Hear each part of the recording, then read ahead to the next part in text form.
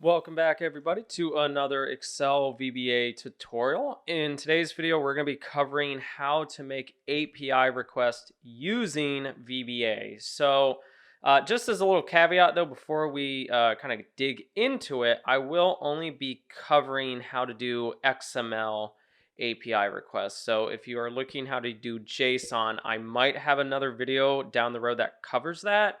Unfortunately, there is some built-in ways that apparently don't work anymore, and there might be like a third-party solution that I can potentially use. So I'm still researching that and figuring out kind of what the best method is to do it. But at this point, the XML works fine. And so with that, we're gonna, kind of just leverage that one. But really all we're gonna be doing is we're gonna be making requests to the Google Places API, and then we're gonna be dumping the returned values that are sent back to us into our Excel, workbook. And so, I have videos, on my channel that cover the Google Places API.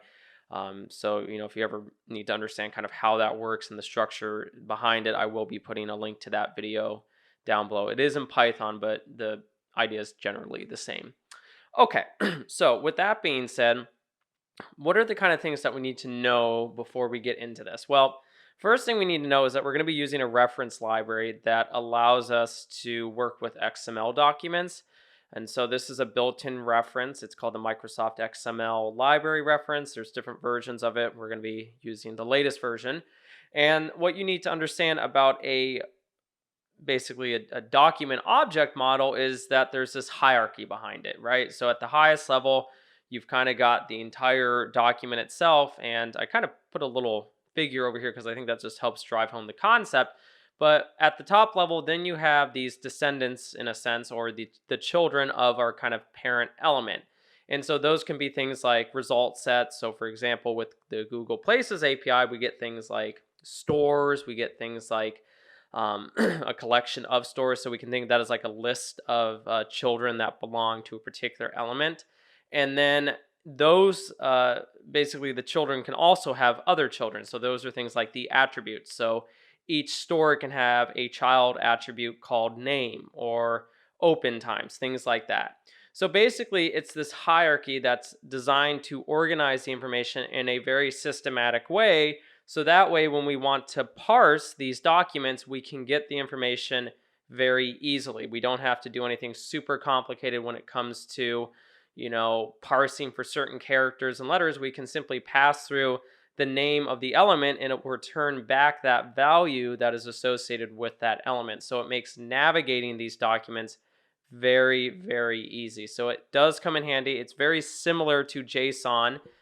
It really kind of just depends what structure you like using. I will say JSON tends to be the more popular one, but it's not to say that XML is never used. It is used very heavily. Okay, so let's get started and do some coding. So we're going to go in our Visual Basic editor. If you haven't already, you want to make sure you insert a new module and excuse me, create a new subroutine. And then from here, you're going to go up to the ribbon bar. You're going to go to Tools, down to References. I have a couple that are already enabled. I don't technically need them right now. In fact, I can get rid of a lot of them. The one that you're going to be concerned with is the Microsoft XML version 6.0. So this is the reference library. It's going to be down an M for Microsoft. And then if you go to the end, you're going to see these XML libraries. There's different versions because there was different kind of versions with XML and things like that. Really, for the most part, you can always use the latest version. What you want to make sure is that you check the box, and when you've done that, you're good to go. And from here, now we can actually start coding away. So the first thing that we need to work with is we actually need to create a HTTP reference object that will allow us to send requests to our API. So we can think of the HTTP object as the mechanism for sending our requests and then sending back information to us. And then we're going to take the content that was sent back to us and store it in our XML document. So really two major objects. You've got your request object and you've got your document object. At this point, we need to build our request object. So declare variables. And so what we'll do is we'll call it XML underscore object as my MSX. ML2, and then we're going to do an XML HTTP 60. So this will allow us to build our request object.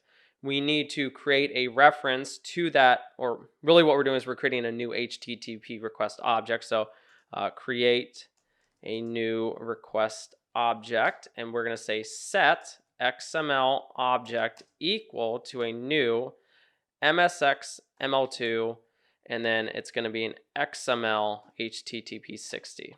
Okay, so from here, now we need to build the components of our URL. Now, I think I have it open. Yes, okay. So normally with a Google API request, if you go to the documentation, they tell you how you need to build your request and the parameters that you can pass through in your request.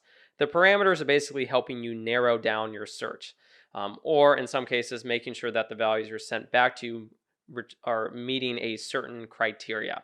And so really what we need to do right here, for example, is we would need to recreate this URL that maybe you're seeing right here. So we can see that this example searches for restaurants near Sydney, Australia.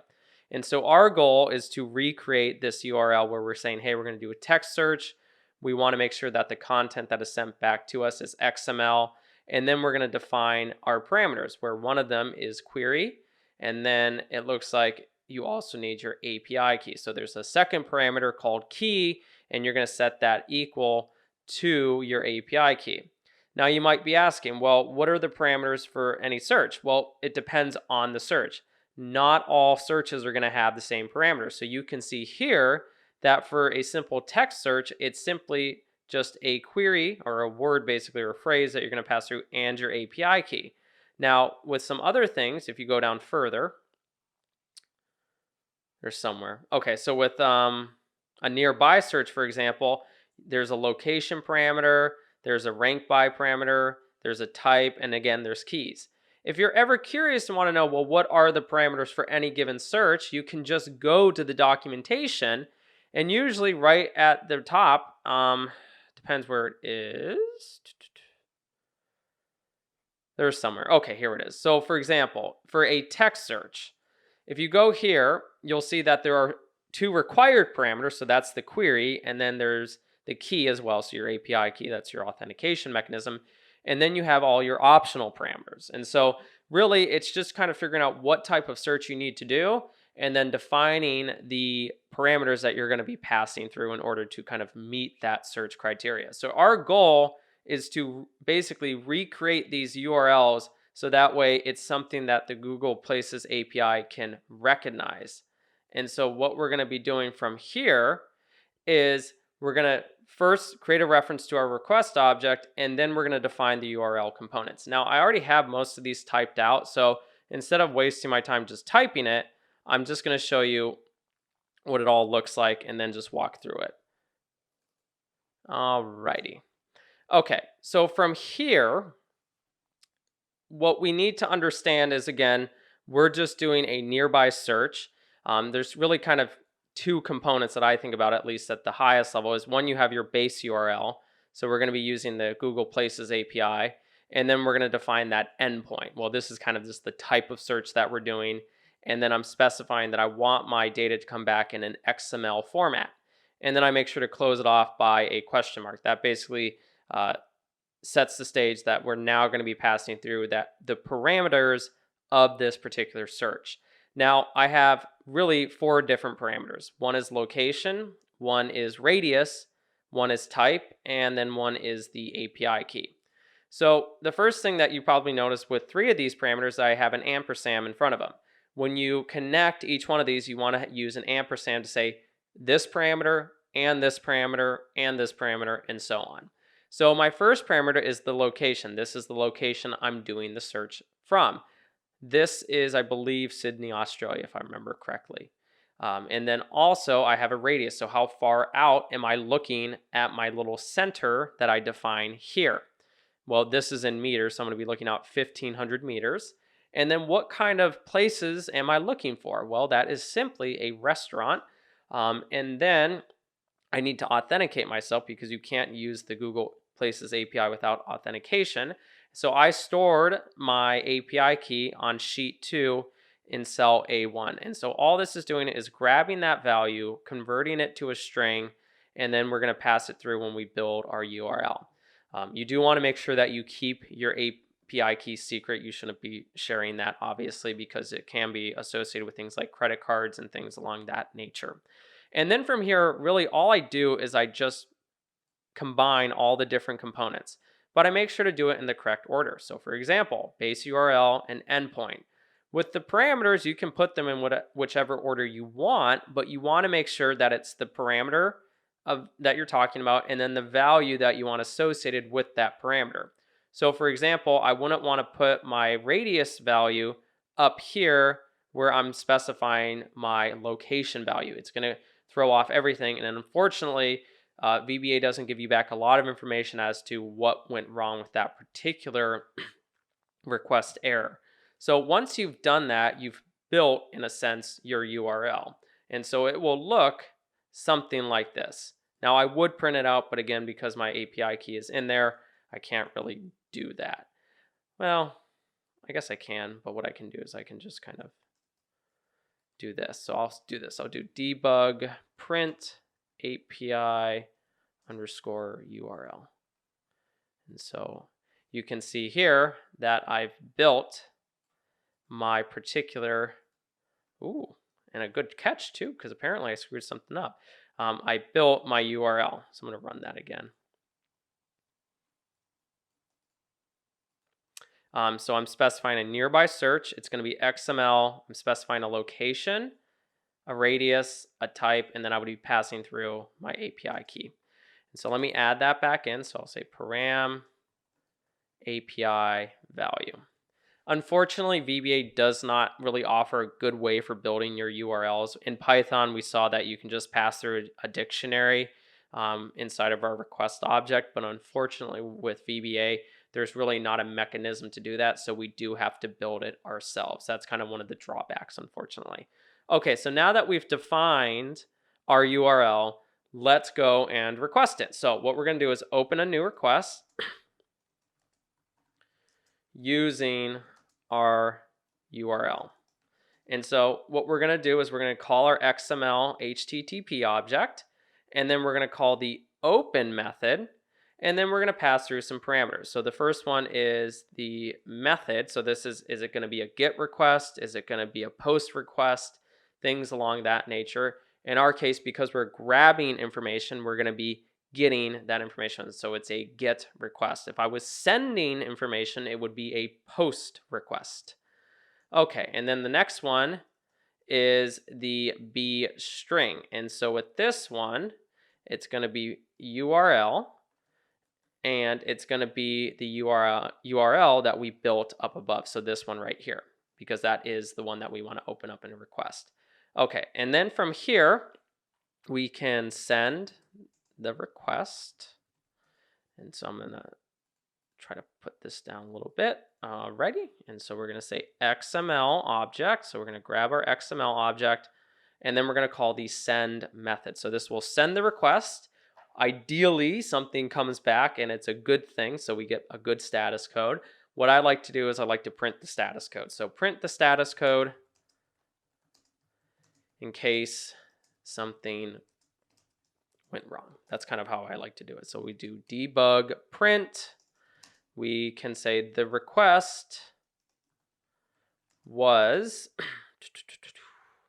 then we'll put that plus XML object, and then there's something called status text. And so this will give us back a status code saying if it was okay or not. And we want okay. So the request was okay. That means it was successful, it was received successfully, and the information was sent back successfully. Okay, so now that we've sent a good request and we've got our information, we now need to move to our second component, which is building our document and then passing along the information that was sent back to us into that document. Well, what do I mean about all the content, for example? Well, if you can actually print it out before you put it into,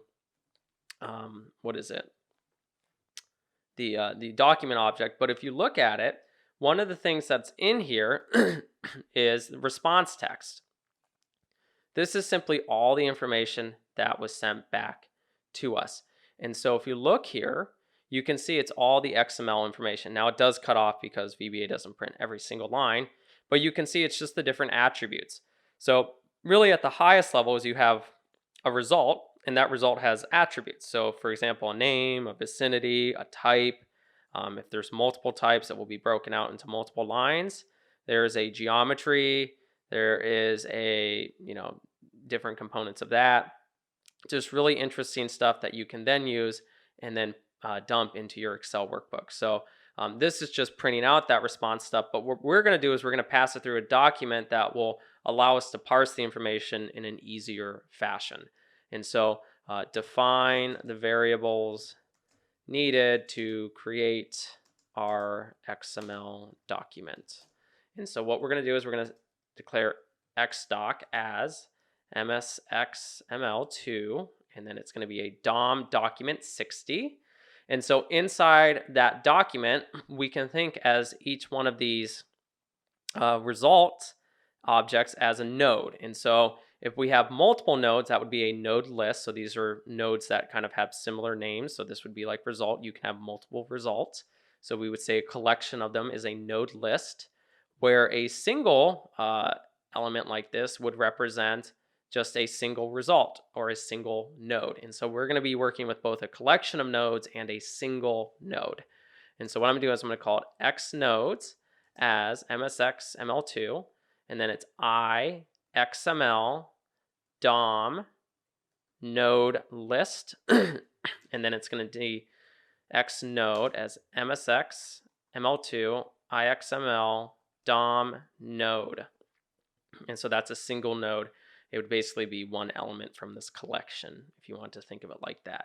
So first, create the document, and then from here, set xdoc equal to a new msxml2 DOM document 60. And then we're going to load our response text into that document.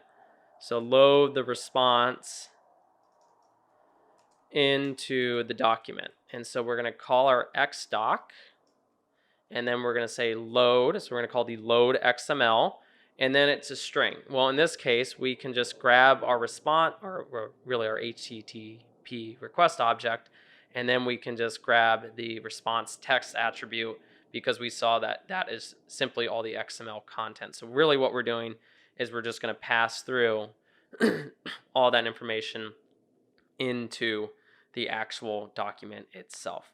So pretty useful, I think so, for at least grabbing the information that we need. Something I kind of, there's different ways you can do it. Let's do this. So for example, maybe I want to see the first child node, right? So I have my document and I want to see the first child node inside my particular document. Well, what we can do is we can grab our document and we can go to the child nodes property and then select the first child. So look at the first child node. And so what we're going to do is we're going to do debug print xdoc. There's a child nodes property, so this returns all the child nodes. Sometimes there's one, sometimes there's none. And so what we're going to do is do one, and then I'm going to say I want, where is it, the base name? Yeah, I think it's that one. See what we get. Okay, so what we need to do is we need to go into this one. We need to get the place search response, and then we need to get each result. And so really what we're doing is we're going to go here, and then we're going to select all the result nodes. So what I'm going to do is find the nodes that contain the results.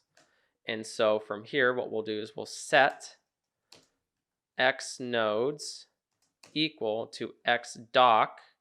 I'm going to call the select nodes method, and then it's just a query string. So really it's going to be the document itself, and then we're going to say go to the place search response, and then I want each result. So select all the result nodes. This will return back a node list because there are multiple nodes that do have a result tag with it. But really, you're saying start at the document, go to the place search response, and then grab each result node. Again, depending on the document, you might get 1 back, you might get 50 back, you might get none back. You really just have to look at the documentation to understand how it's structured.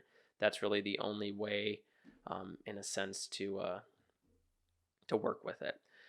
Something else we'll do is, okay, so we have this, in a sense, this node.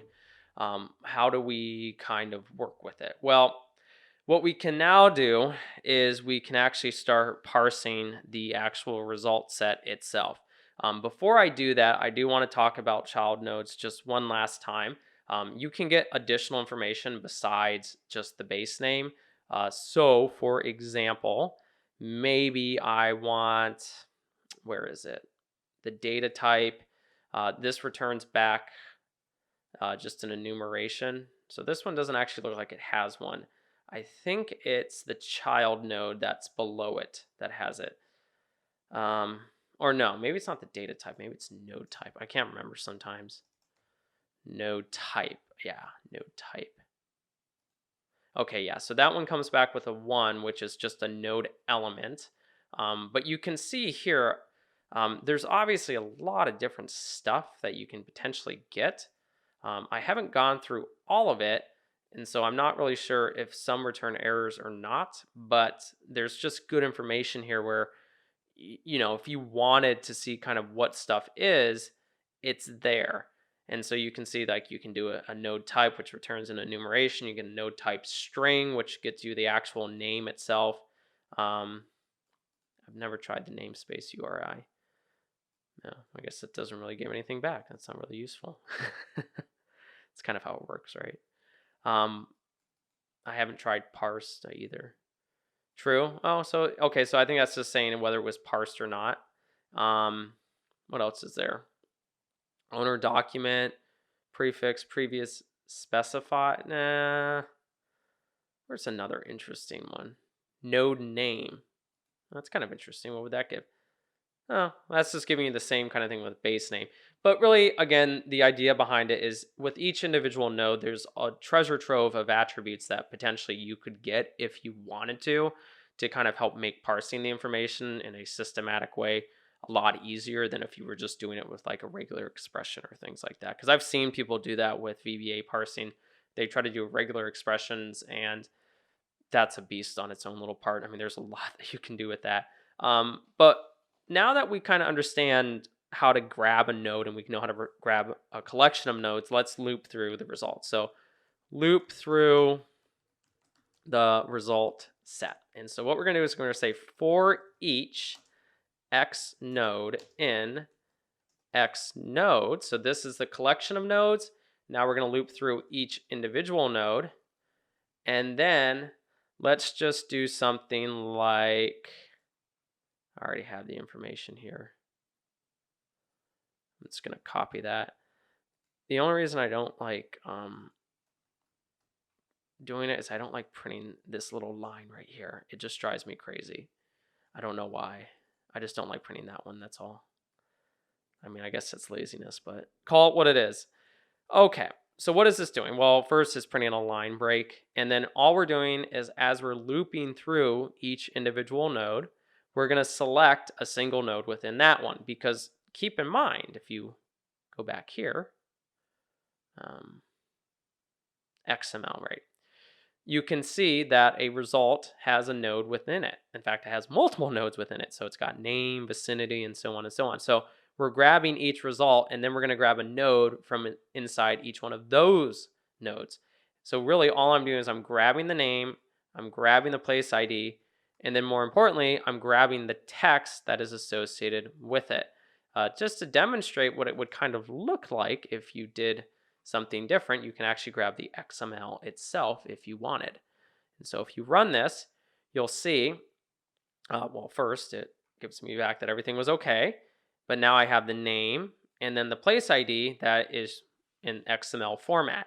Now I could easily just put this back to text and it would give me everything except those little tags. But again, it's good to know there's different options in case you need it. Sometimes it works better that way. You never know, right? All right, so now that we've seen how to parse it, at least general parsing, what can we do from here? Well, now you could actually put the data into the workbook again. So ideally, I want to do something like this. I want to have it where I can dump this information into my workbook, kind of like that. I'm going to show you two ways to do it. One is using just a general for each loop, and then a second option is going to be to use a for loop. So just a regular for loop with an iterator. So first I need to define the worksheet to house the data. And so we're going to dim worksheet as a worksheet object. And then I'm going to set my worksheet equal to this workbook, so the one that houses the code. I'm going to go to my worksheets collection, and I'm going to use the key method to select sheet 1. Okay, so we have our worksheet. Let's do something else. One sec. Sorry about that. My phone rang again. So where was I? Okay, so we first define the worksheet that contains all the information where we're going to be storing our data. And what we're going to be doing is using a for each loop and a for loop. And so first thing we'll do is we'll just do a for each loop. We're going to have to use an initializer so that way we can change cell reference as necessary. So loop through and dump the data. And we'll call this method 1.